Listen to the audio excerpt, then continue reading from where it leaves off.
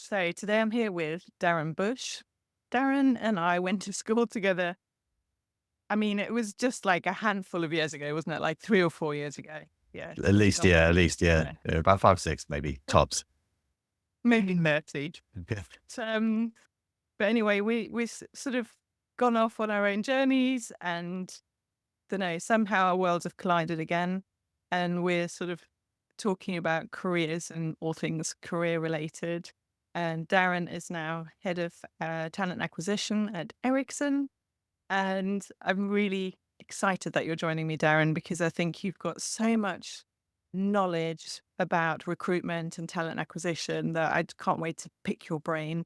There's that side, but I also want to talk to you about your own career and how you've masterminded your own career and what's in store for you going forward. So thanks a lot for being here today. That's awesome. No problem at all. No problem at all. Thanks very much as well for having me as well. And I think, yeah, it's great. We've kind of been going down memory lane a little bit. And then I said I've been listening to the podcast as well, which is fantastic. And I have the book as well. So for those who obviously aren't listening or are watching, I have the book on my bookshelf. I recommend it as well that everyone should read it because as we'll probably delve into that, you need a guide a little bit in your career. So, and that is, from what I read, when I read it, when I read the framework as well you created, you resonate so much with me as well through my experience. Awesome. Actually, it's really nice to hear that from somebody who's on, I guess, the other side, if you like, Yeah. acquiring talent. Yeah. Because I've obviously written the book. The book, by the way, we keep pointing at it, but for anybody We do. Yes, true. listening and not watching us, the book is called Ready to Quit Your Job. And I really did write it for people who have found themselves in a job where they're not feeling that happy or their job's perhaps not aligned with what they want to be doing in life anymore. So I've written it very, very from the point of view of the job seeker, if you like. So to hear actually from your side that you think that it resonated with you is Yeah. really nice to hear, actually. Yeah. Yeah. I think he probably would have said, like, if you'd written about 20 years ago, that would have been great. For you, you mean? For me, yeah. For me. Why is that? I think I saw you on your podcast as well. So you talked about obviously when you get to a point in time. So let's say, oh no, you talk about midlife. I don't say it's midlife. I'd say in 40s, whatever. Most people historically have had a sort of a crisis, or start looking back in their career. Do I want to do what I've done the last 20 years? Do I want to continue to do the next 20 years? I remember when I was like 24. I think I called it a quarter life crisis. Yes. And I've spoken to people, and it comes from you go to university not really knowing. Well, most people didn't know. I kind of knew what I wanted to do. I wanted to work in investment banking. That was my dream. I don't know the why, but that was the why. I'd read a book at 17, and it really resonated with me working in the banking industry. But I hadn't been into a bank, hadn't seen anything. You'd seen it obviously in the movies, and it looked great and it's glamorized. And then you get to a point where I was 24 at the time, and I was thinking, is this really what I want to do? Like, is it? And the other part I remember asking was, is this it? Is this life now? And then you start thinking, going to work. It's like I have 25 days, you hit a holiday a year. It's a massive change. It's a real sort of shift. I'd say there's probably another shift that you have later in life is also when you have kids. That's another national shift as well. But it was a real sort of change of going, when you're at school, you go for 15 weeks a year holiday. When you're at university, it goes up as well. And you have this freedom that you have sort of bestowed on you at a young age. And then when you go to work, it just felt very constrained, very restricted. And when you're younger as well, you're very much at the bottom of the pyramid. So you're having to do roles that you don't want to do. And then, yeah, I'd say that quarter life. So when I was reading the book, I was thinking, this is 20 years ago, that would have been great for me to sort of think about it. And I feel like what's missing in this world is for people at a young age to understand what there is available. What jobs can you go and do? I think we only see from the things our friends are doing, or what you've been growing up. You spoke about this. Maybe the movies you watched. Yeah. That kind of is your only perception of what the world is. And it is so, like, I mean, I think it is sort of almost fate, isn't it? That you're exposed to certain things at certain times. Like you say, even the movie that you watched when you were a kid yeah, can have this effect on you and inspire you to go down a certain route, or a throwaway comment by a stranger Yeah. even Yeah. lead you down to all these tiny little sliding door moments, isn't it? That lead Absolutely. down a Yeah. career path. Yeah. And I love asking people whether their career trajectory has been very deliberate or has it just been a series of accidents? And I would say a huge majority of people say, well, it was just a series of accidents Mm. because, I mean, not many of us are born going, I know I want to be a pediatrician or I want Yeah. to be a whatever. Yeah. And then are really happy with doing that job for the rest of their lives. It's Yeah. really, really rare. Yeah. So it is just like this journey of exploration, It really, is. isn't it? Yeah. Yeah. And I think that university there should be you should really be doing 3 or 4 years, and I personally do 2 years in university, and they obviously have the sandwich year. But in that sandwich year, it shouldn't just be one placement. They should be going on say 4 different roles, 3 month assignments, and then you can choose anything, and you get exposure to anything you want, and you go and do 3 months at a company. And I feel that gives you a much better idea before you then start applying for jobs. Like the last year, you got an idea of what kind of roles there are, what kind of field, what companies you want to work for as well. It's missing. Otherwise, it's just you going off what your parents are saying or what other people are doing. No. And obviously, our parents do have a huge Yeah. impact on what we end up doing. And it can be because they take very little interest in what you are going to do career wise and sort of Yeah. just go, leave you to your own devices. Or Yeah. it can go the other way that they're like, well, we're a family of doctors. So of Yeah. course you're going to Exactly. be a doctor as well. Yeah. But it's quite interesting how our families can influence what we end Yeah. up doing as well. So, yeah. So you have a podcast as well, I do. which is, Yes. I think, how I rediscovered you, let's say. Yeah. Um, should we talk about your podcast a little bit? It's called Yeah. Tech Unboxed, and TA for anybody. I mean, to you and I, we use TA all the time, but it might be Yeah. that we've got listeners that are going, what the hell is TA? So do you want to just Yes. explain all of that? Yes. Yeah. Sure. So TA is talent acquisition. It's a fancy word.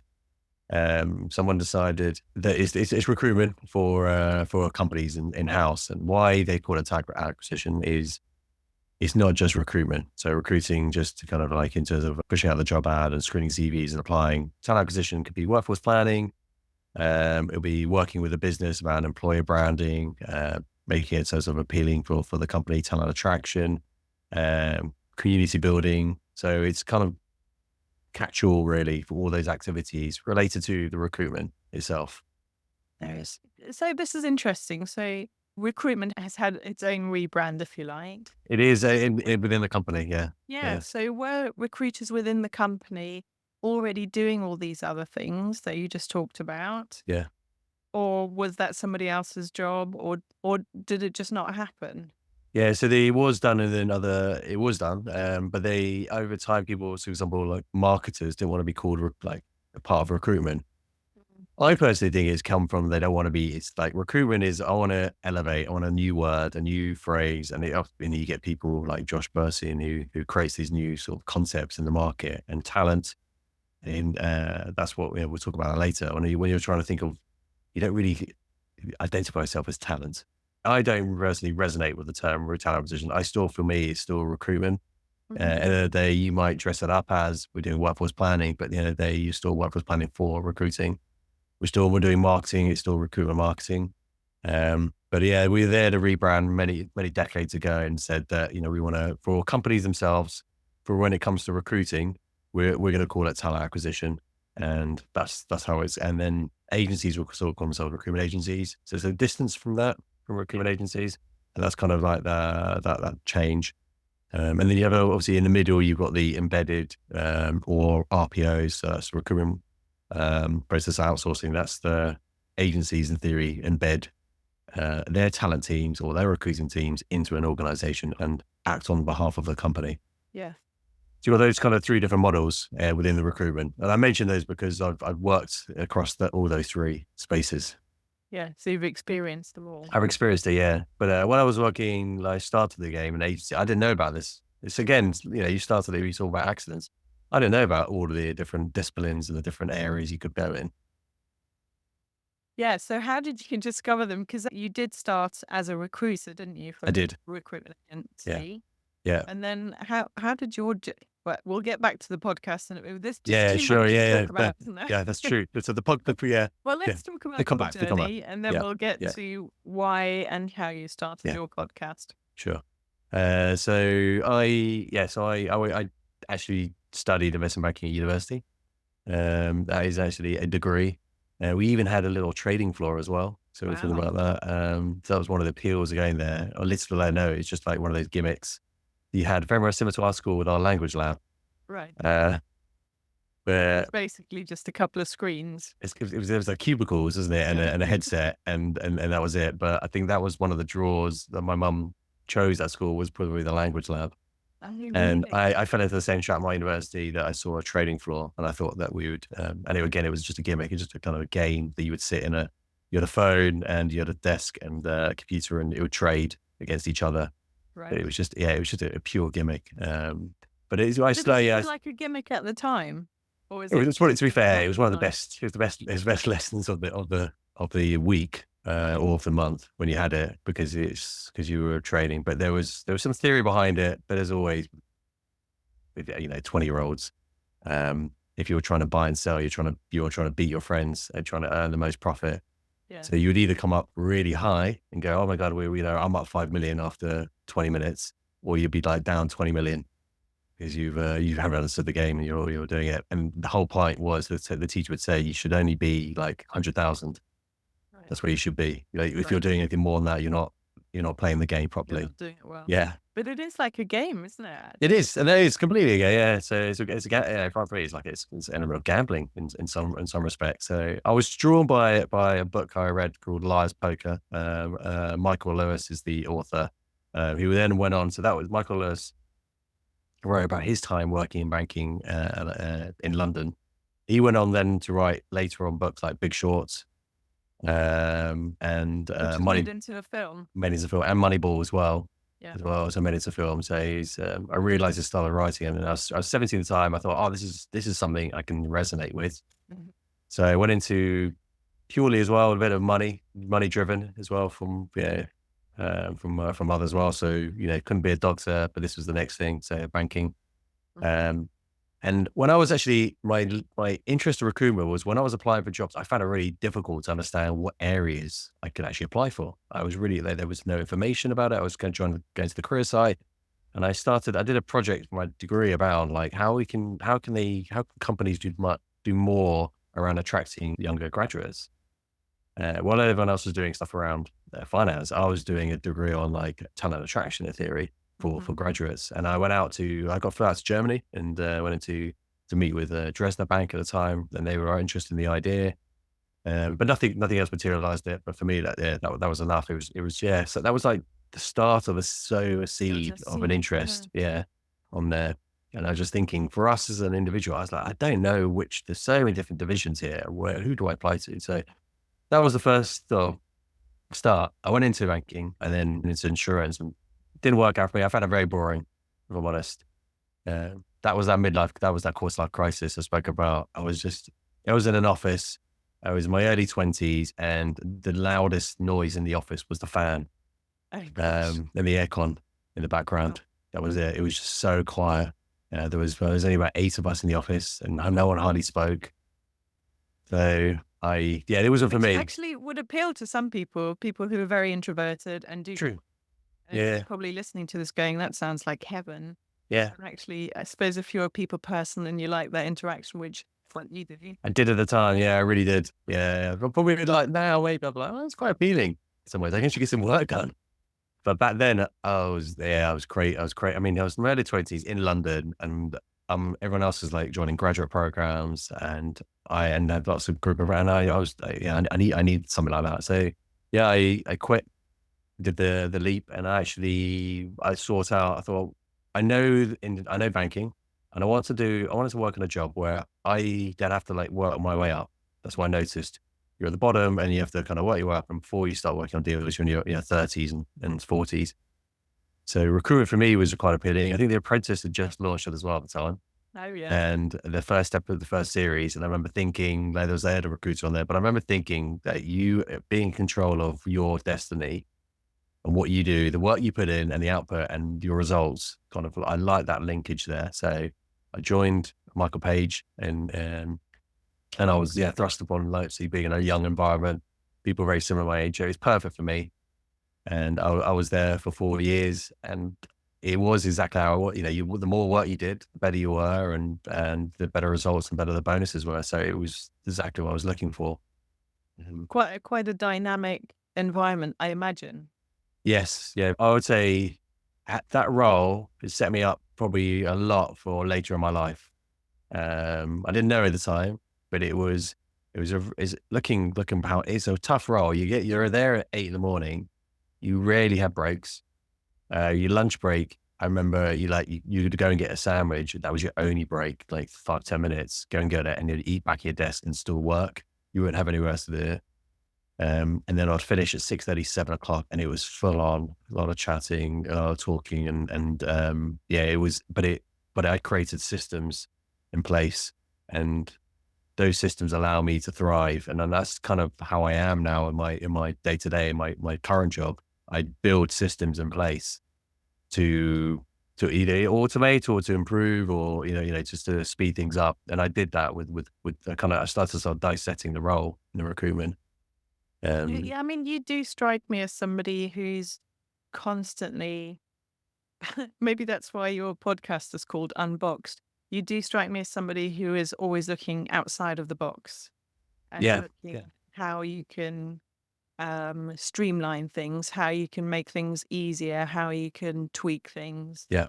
Is that just something that's part of your nature? That is, yeah. I'd say that's me. That is, yeah. That, I'm sure that's a thread that runs through me. To be honest, I enjoy inefficiencies, so I can go in and kind of make it efficient.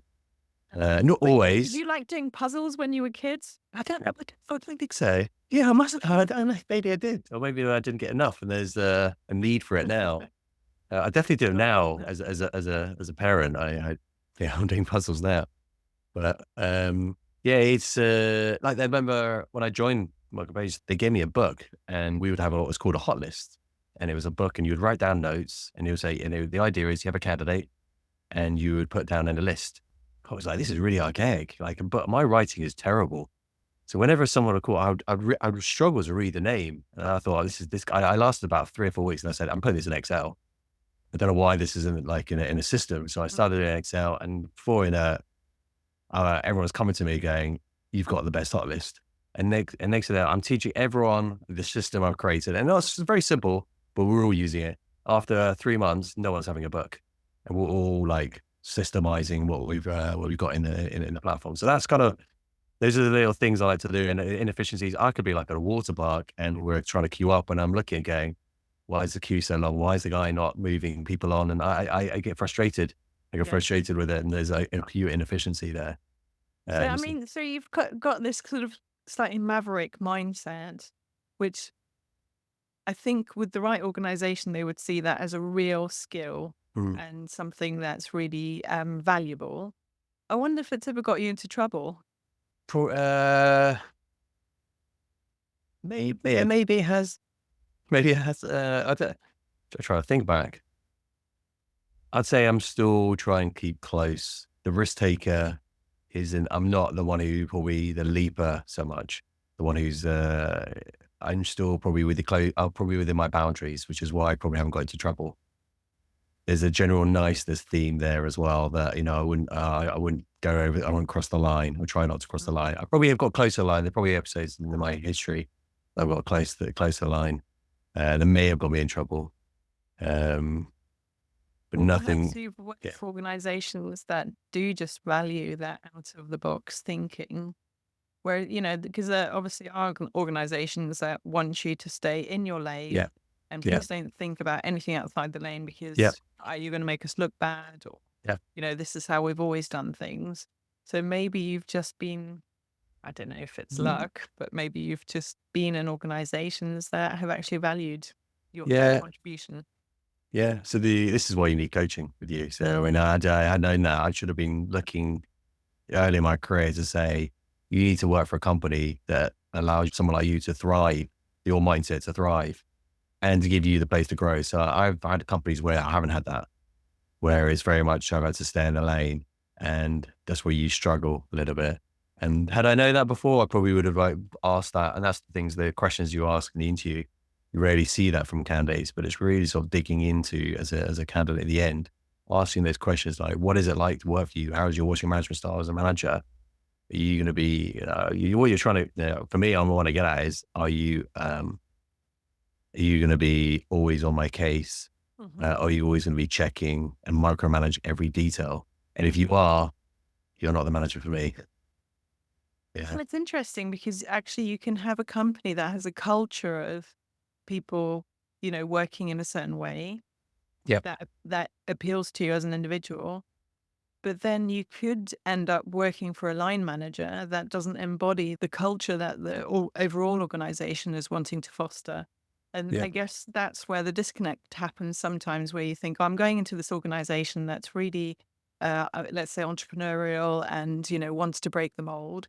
And then you might end up with a line manager that's like, well, just stay in your lane because you're going to make me look bad otherwise. Yeah. And that Exactly. must be Yeah. Yeah. quite frustrating. I don't know Yeah. how you find that with an Ericsson, how that culture, does it permeate throughout all the layers and Yeah. all the line managers or not? And how do you do that? Yeah. I That's a think, big which question. is a big question. That's Big putting you on the question. spot a little Yeah. bit. I think, so a lot of companies will talk about culture, but actually it is down, like you said, it's down to the teams and it's down to the managers. They set the culture, the team will set the culture or the manager set the Yeah. culture. So there is a company culture. And I've been places where the company culture is different to the team culture, Yeah. or I've created a team culture that's different to the company culture as well when I've been a manager. I've said, this is how I want us to work and run the team, the culture. And there has been a clash, there's been a challenge. So, what was the question again? I don't know. I guess how do you overcome that as Yeah. somebody who's responsible for acquiring new Yeah. talent and you're selling the company as much as the applicants selling themselves to you. Yes. Yeah. How do you how do you reconcile that you go, okay, the company culture is this, but actually I know that the hiring manager Yeah. for this role that you're going to be placed in has a slightly different view on things or a different take on things. Yeah, I think the best thing is to be honest about what the culture is like in that team and with that hiring manager. And for for the applicant as well to understand before they make a decision, they've got all the information in front of them. It is tricky though, because sometimes when you're applying, you do look through rose tinted glasses. You, and I've seen this before and I've experienced it. You see warning signs, but you just kind of ignore it because Mhm. this is sounds the role sounds great, everything. You've got to take it all as one and be aware there's warning signs. Um, I think you as well, when you're applying, you've got to ask the questions all the way through the process to get a feel, get a sense for it. And I think as well, from a hiring manager point of view, you need to be asking that kind of questions about the individual. How do they, what's the, what environment do they thrive the most at? Mhm. What interests them? What culture do they like in the last place?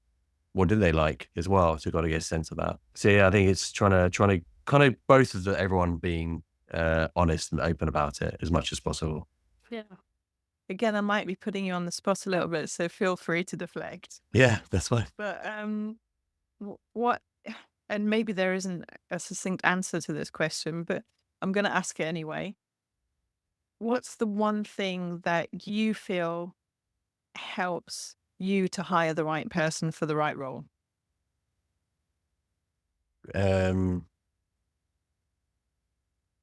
I would say for a hiring manager or for me, having a really structured scorecard of what you want from that individual, being very clear about what role you want them to do. And therefore you're able to assess them based on that criteria, not them, a selection of people based on that Mhm. criteria. Um, and I think if you're clear about what you want and what they're going to be doing, and the scorecard is there to sort of guide you, you can then come out with the best. I think otherwise you're relying on bias, or you're swayed by your recency bias or your memory. Um, this scorecard should guide you. And it's a shame that I know a lot of companies just don't have that. They don't have that in place at all. They don't managers go in really with their own kind of set of questions, which they would have probably created when they were applying for roles, or they found, or questions they feel was kind of works. And they don't always ask the same set of questions to the same candidates as well. So it's back to the inefficiency. It's a problem in the industry. Yeah. It's a massive Right. problem. Yeah, and it's difficult for obviously as a candidate when you're applying. Do you think how important is your gut instinct as the recruiter? Yeah, I mean the evidence is saying that you probably shouldn't rely on your gut so much. Really hard though when you speak to obviously yourself, when managers and you speak in yourself, your gut. I mean, it's a big question about bias. Everyone's when people talk about bias, everyone talks about bias is bad, Yes. but actually, not all bias is bad. It's there are bias is kind of evidence of things that have happened in the past, and you're using it for future decisions. So, or we made the analogy, you go up the stairs, to someone, you look at the stairs and say, why do you go upstairs? That doesn't seem like logical for someone out, outside of this. You go on there because you know that it's safe. You know that I put my foot down, it's going to hold it. It's the same sometimes with some of the evidence you have. So I think I'd say listen to it, definitely listen to it. Um, but still, if you've got a structured set of way of scoring people, that probably should prevail at the end. Yeah. So, because then you're comparing apples with apples, Yeah. theory at least. That's right. Yeah, you're comparing them, and you're comparing them to the role, not comparing about the person. So Yeah. you're saying this is what the role should do, and this is what I need that person to do. And now I've got an individual who's maybe a bit different actually, and they could offer me different things, but you were actually asking to apply for the role. So it's who's the best person for the role? Yeah. That makes sense. But one of the reasons I was really hoping that you would say yes to coming on my podcast is because I was intrigued by uh, the things that you were doing outside of let's call it your 9 to 5. Yeah, Because you do have this podcast, which we will talk about. yeah, And I've noticed there always seems to be a little side project going on, which yeah, is, I want to say nothing to do with Ericsson, but obviously still related to recruitment, talent acquisition, whatever you want to call it. And so I was really intrigued by that because in my book, I talk about 4 possible outcomes of reading the book or going through a program or whatever. And I think we all go through these 4 stages at some point in our lives, in our careers. So you've got the Remainer, who is somebody that sort of, starts off quite unhappy in their role. And then actually, when they take the time to reflect and they sort of realize that actually they are in the right organization, they're surrounded by the right kind of people. Actually, their job's pretty good. It's other stuff that's affecting how they're showing up to work, and it's really then just a mindset shift, and then you stay where you are. And then you've got the tweaker, who is somebody who, for all intents and purposes, their job is actually it's fulfilling. yeah, It's doing everything that they need it to do, but they might have this interest or this talent that they're not able to use, or they might need to just tweak their role so that they're working 4 days a week instead of 5 because they've got a young child that they want to spend more time with, or whatever it might be. They're just making little tweaks to make it work better for them. And then there's the toe dipper, who is somebody that's sort of thinking that they might leave their organization at some point. So they're sort of trying out little side projects, or they might be going into education in a slightly different field or whatever it might be. And then you've got the leaper, which is the person that goes, I know that this is a dead end for me. I need to make that big leap. And I suppose when I was on the sideline, sort of observing mm, your career and the stuff that you were getting involved in outside of your 9 to 5, it made me really curious yeah, what was going on behind the scenes, so to yeah, speak. yeah. So I hope that you're okay to Yeah, divulge what's going definitely. on there. Yeah.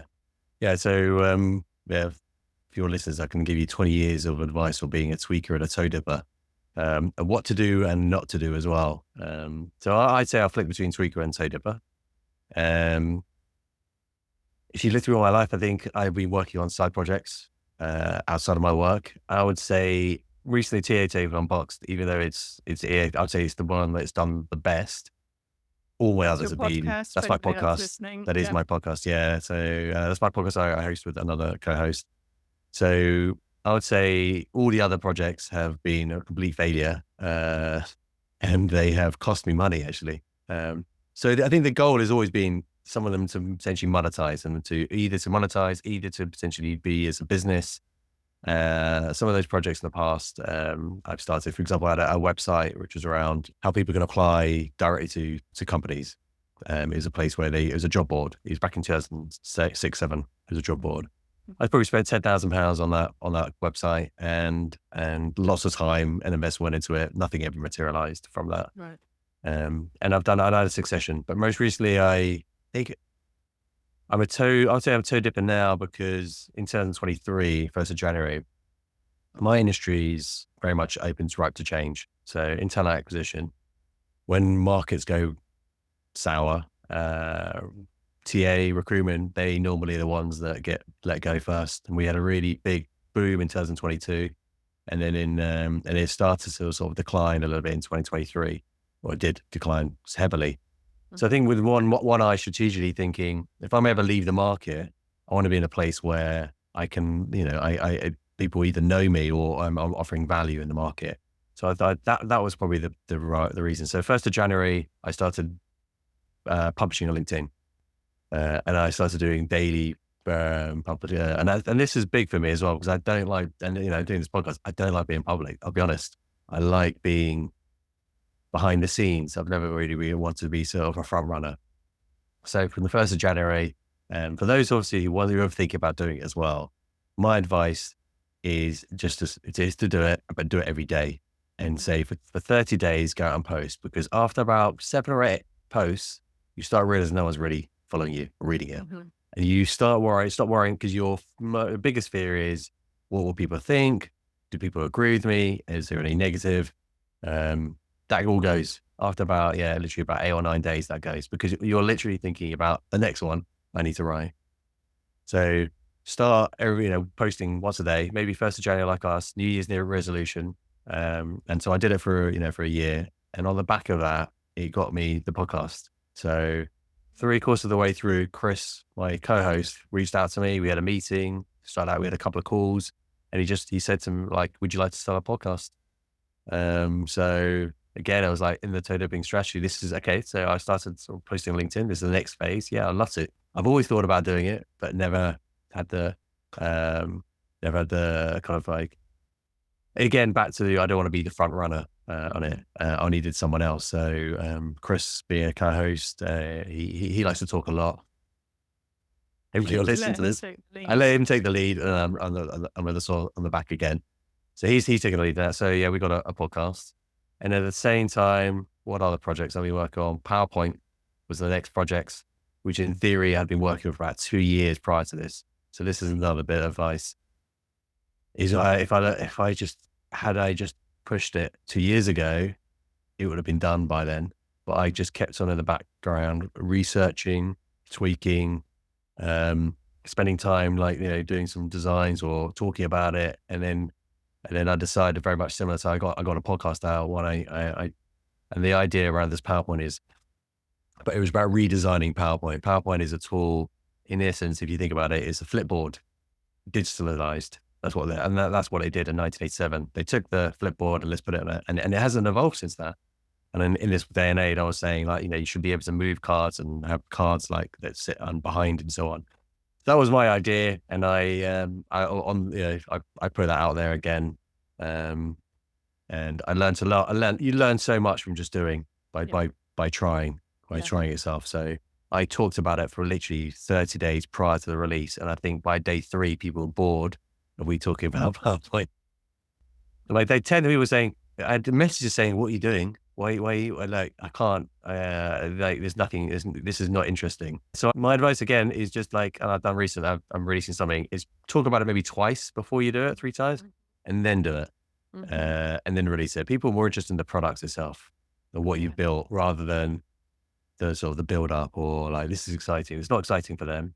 Yeah. They want to see it. So Yeah. for 30 days, I had, and again, another reason behind that is I'd written about 100 posts. Mm-hmm. And part of me went, I don't really want to let this go. But You get to the point of no return, don't you? you do. But as an editor, you should look at it and go, you need to scrap about 90 of them, 95 of them, and just release 5. I mean, that's the way it is. Just like when you write a book, right? You probably would have cut a lot, 90% of the work. Yeah. I should have just cut 90% of the work and left it. So I didn't do that. So I released that, and my goal, and I think we spoke about this, the plan, you have a plan in your mind. I thought, I'll be great is that Microsoft will see this. I even tried to do a sketch video as well, but I think just beyond my levels of the comfort. So I wanted to do a sketch video about it to Microsoft for me trying to call Microsoft, talk about this idea. And I wanted to be, the idea was I'd like to be flying out to San Francisco, Hmm. go sit with the product, the Microsoft project team who I'd struggled to find on LinkedIn. I'd even asked sources to kind of try and find me. So people in recruitment to go and find who works in that team so I can contact them. Yeah. And then to be flown out and explain and just do a little presentation about it and talk about it, the products. And that for me was good enough. Yeah. That's what I wanted. Is that likely to Yeah. happen still, Darren? Are we I going to don't I still? don't know, mate. It may be. I keep banging that drum, but, Okay. and no one's taken what I've done and built anything similar either, Okay. to it.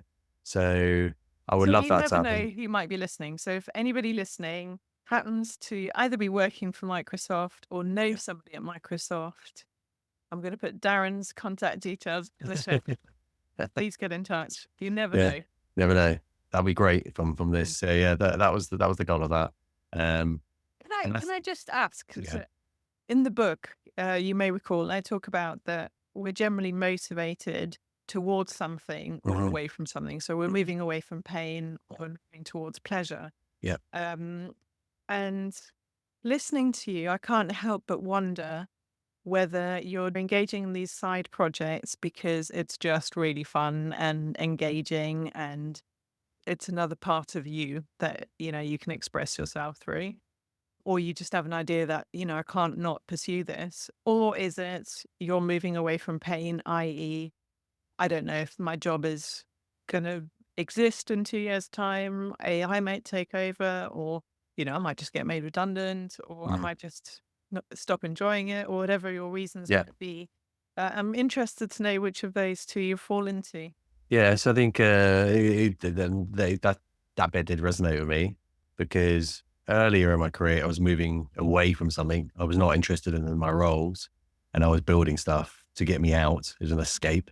Mhm. Recently, it's been a both in that there's an interest. PowerPoint we as a company at Ericsson, and our CEO talks about this. We create an awful lot of slides.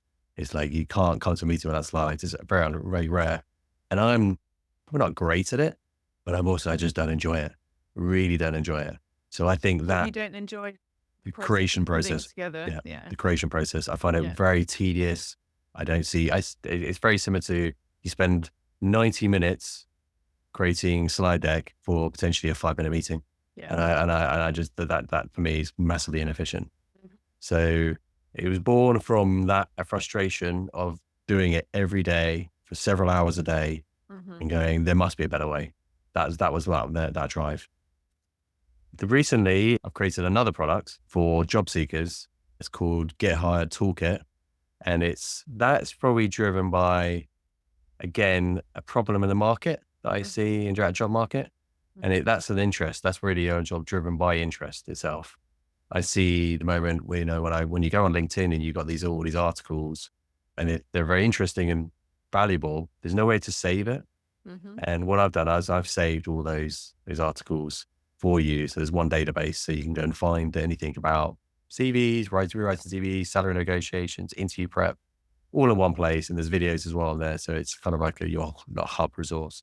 So that's true and generate from interest. But also I kind of want to use that community to drive change as well in the market. Ghosting doesn't need to happen. And Can it's a you problem. explain to people what ghosting Yeah. means? So ghosting will be where essentially a candidate applies and hears nothing back, and and then they might reply, I send an email to the company. Ghosting means that, obviously they're not receiving anything. Can be is also I've seen in interviews as well where they've interviewed and the candidate hasn't received anything at all, no feedback, no message. Well, how often do you think this happens? I think it happens a lot. Probably when you go to LinkedIn, it happens all the time. If you read the Mhm. feed, Mhm. I would say maybe 20-30% of the time it Yeah. happens right now. And And what do you think yeah, the main reason is behind that? it's inefficiencies in the recruitment process for the company. Right. Yeah. They haven't set up the process properly.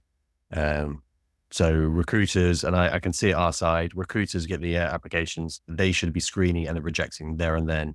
But what's happening is they're not, and the companies are allowing them to move only the chosen candidates forward. And at that point, you're creating two paths. Candidates who are chosen, who are relevant for the role, will then go and get interviewed and offered, and those who aren't don't fall down don't go down a different path and don't get rejected. Yeah. So it's a system, it's a process problem for the company, and I kind of want to start flagging that out and talking And about that. I mean, it's interesting, isn't it? Because if you, as a candidate, have been ghosted by a company, then that's going to leave you with a certain impression of that company. Yeah, And very early on in our discussion, you were talking about the brand and yeah, how actually, as recruiters, you are very conscious of the company brand and how you want to be perceived. You want to be perceived as a really cool employer, presumably. yes, So yeah, it's quite interesting then that there is that disconnect between, I mean, I would imagine that most companies want to be seen as good employers yeah, yeah, and cool company or good companies to work for. yeah. And then you're potentially ruining that You are, yeah, you are, yeah, reputation by ghosting yeah. people. So it's quite an interesting, and I wonder whether a lot of CEOs or managing directors or whatever are aware that this is happening. I'd say probably not, and it's probably not top of the agenda, if I'm honest. Yeah, it's just it's an issue. It continues. I've also put it down to, and I've spoken about this about on my LinkedIn around candidate waiting time, Mhm. or idle time in the market. That what that means is I would like companies to start advertising that. So that what that is if I've applied for a role, when's the last time I've then heard from the company, and start having an average time. So on average, I would love our companies to start saying, on average, you're here within 8 days, no matter what. So you, as a company now, you need to start tracking when's the last time I spoke to or communicated to a candidate. Mhm. That doesn't happen right now, and I would love that to change the industry. And then to say like, and then you can start as a company start saying, well, we get back to people within 5 days. And Mhm. for that metric to be advertised on their website, and for CEOs to say, to have that we Yeah. care about our talent. I mean, sorry if this is a really stupid, ignorant question, but I guess in my mind, I'm thinking, well, if there's a closing date advertised Mm. on the job description, Yeah. um, then it would be logical to say, okay, the closing date is the 10th of October, and then you'll hear from us within a week of that closing date. Is that not rather than, oh, it's going to be, 5 days from when you applied or 5 days from something? So yeah, you might so that'd be great if companies do that, and then you can say within 7 days, we're going to interview you or you're not. That'd be great. But then what happens is as well in the interview process, there are weeks that go by before you get the offer. So we might interview you and then nothing for like I a week, see. Okay. and it's like we need to still So it's keep along you. the It's along process. the process. It's Yeah. along the Okay. process. Yeah. So after I've interviewed, I would the maximum amount of time is 8 days Yeah. because interviews, you've got multiple people interviewing over a certain period. Yeah. Yeah. What is your top tip for somebody that's perhaps been applying for 6 months and they are being ghosted or they're getting through to the first round and then it's not leading to anywhere? And a lot of people that I have worked with, it does start to become demoralizing and Mm, it starts to mm. affect your self confidence and I guess then it's just a downward spiral, isn't it? Because if Yeah. you've been Yeah. rejected for 6 jobs, Yeah. when you turn up to that seventh interview, you're probably going to be a little bit more scarred than you Yeah. were 6 months ago when you went for Yeah. the first interview. Yeah. So it would be interesting to know what your Yeah. advice is for somebody that is, it's taking a lot longer than they Yeah. expected to find that next job. Yeah. I think like mindset is massive. What you just spoke about there, the kind of having the same mindset that you had 6 months ago. Try not to take that baggage with you into the interview. I mean, you're seeing this company for the first time. You need to be thinking this, or the say a seventh interview, but you're seeing that company for the seventh interview, and you've got to treat it like you haven't had any experience of interviewing at other companies and being rejected. I've turned up with interviews and the candidates, you can see that they're desperate, but they just they really want it, but Mhm. they're finding the process hard. You want to be coming in with confidence. That just always just confident that you're the right person for the role. So you got to leave that as you come into the interview. The second is just rely on your network and referrals. I can't explain how you just, most of the roles do, most of the roles I've ever had have referrals. So lean on that. I think as individuals, we're really scared, like telling our friends that we're looking for a job. Mhm. Like, but I want to tell all my friends I'm looking for a job. And, if you know anyone, here's my CV. This is what I can do. Please, can you let me know? Chasing up on them. Like use that because they will know the managers directly and they can get you a foot in the door. Obviously, a lot of listeners to this podcast are interested in making a career change, and there is fear of making that change for various obvious reasons that Mm, you haven't got enough experience, or you might not know the right people, or whatever it might be. And the perception is, and probably with the reality in a lot of cases, that you sort of have to start from scratch. yeah. So, sitting on the other side of the Yeah. fence as somebody who's recruiting, how can you make yourself stand out as somebody that's sort of a newbie? Yeah, so the couple of things I think depends on your age as well. So if you're younger, I would do, and excuse me, both. You do some research in the roles you're actually interested in. What is it they're looking for? What kind of so therefore you can tailor your CV to make sure that it's relevant for that. If you're just applying cold, you're going to struggle. I'll be honest, it's pretty difficult. If you work in a large organization, much easier to do a change because they're very much open to people moving, but it's still a challenge. So one of the things you could do is take a side step into a company and then know that you might be able to move on, sort of have a sort of strategic plan.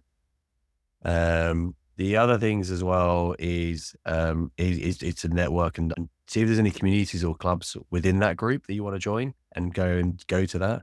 When I was in my 20s, I want to move and do a different industry. I joined lots of hackathon events because I want to work in startup businesses and I was thinking that. So I joined quite a few hackathon events and it allowed me to meet and build networks with other people. It was on weekends. It was perfect for that. So if you can do something similar around that and then tailor your CV around the experience that you have that's relevant for that role itself, you will have to change completely the role, and it will be about who you know is probably gonna give you the biggest advantage rather than just applying to a role online thinking, oh, I like that, that's what I could do, but I actually don't have the experience for it. Yeah. Well, it's who you know and who you can get to know. I think Yes, yeah, people forget that just because you don't know them now doesn't mean that you can't get to know them yeah, and yes, find ways to become part of new communities with new people, different people yeah, that you might not yeah. really have in your network. That's right. Yeah, And you can yeah. do that at any age. You No can. Yeah, restriction on that. So yeah. And the last one, just also could turn up and try and add value where you can. So they remember you and know who you are and that you're offering advice. So it could be the case, or can I help you with any project um, or I've read this really interesting. So something you mentioned or we spoke about, I read this really good article that you might really like and here are my notes. That's yeah. just, yeah, they'll remember that. Yeah. That's really, really great advice. And actually, I think you're somebody that always gives really good advice. And do like your posts on LinkedIn because they can be divisive and it does get some really interesting debates Mm, going. And I really love that you don't shy away from being a little bit controversial yeah. because that's how we get to the nitty gritty of things. Yeah. And it's interesting to hear what different people have to Yeah. say about a certain topic. So I'm going to put your LinkedIn profile in the show notes as well. So if anybody wants to know what's going on in Darren's brain and in his can follow him, and you've obviously got links to your podcasts and stuff in there as well, and they can follow and see what happens with your. Remind me again of the website that you're It's called working on. gethiredtoolkit.com. GetHiredToolkit.com. Yeah. Awesome. I'll put Brilliant. all of that in the show notes Brilliant. so people can follow that. Thank you Amazing. so much for your No, time. I really appreciate it. I could talk to you for hours, but I know that your time is very precious and I really appreciate you taking the time out. thanks. It's been, I loved it. Really enjoyed it. It's also been a bit of an ego boost as well. So thank you. Just before you go, I just wanted to say, first of all, thank you for listening. And secondly, this podcast has grown purely through word of mouth. So if you think you know somebody that might enjoy this episode, I'd be super grateful if you could share it with them. And if you haven't subscribed yet, then please do, because that will mean that you won't miss any future episodes. And finally, if you're curious about making your own career change, then you might like to join my online group coaching program, which I run on a regular basis. It's named after my book, Ready to Quit Your Job. And I also offer some one-to-one coaching as well. You can find out more about both on my website, which is yescareercoaching.com. Thanks a lot.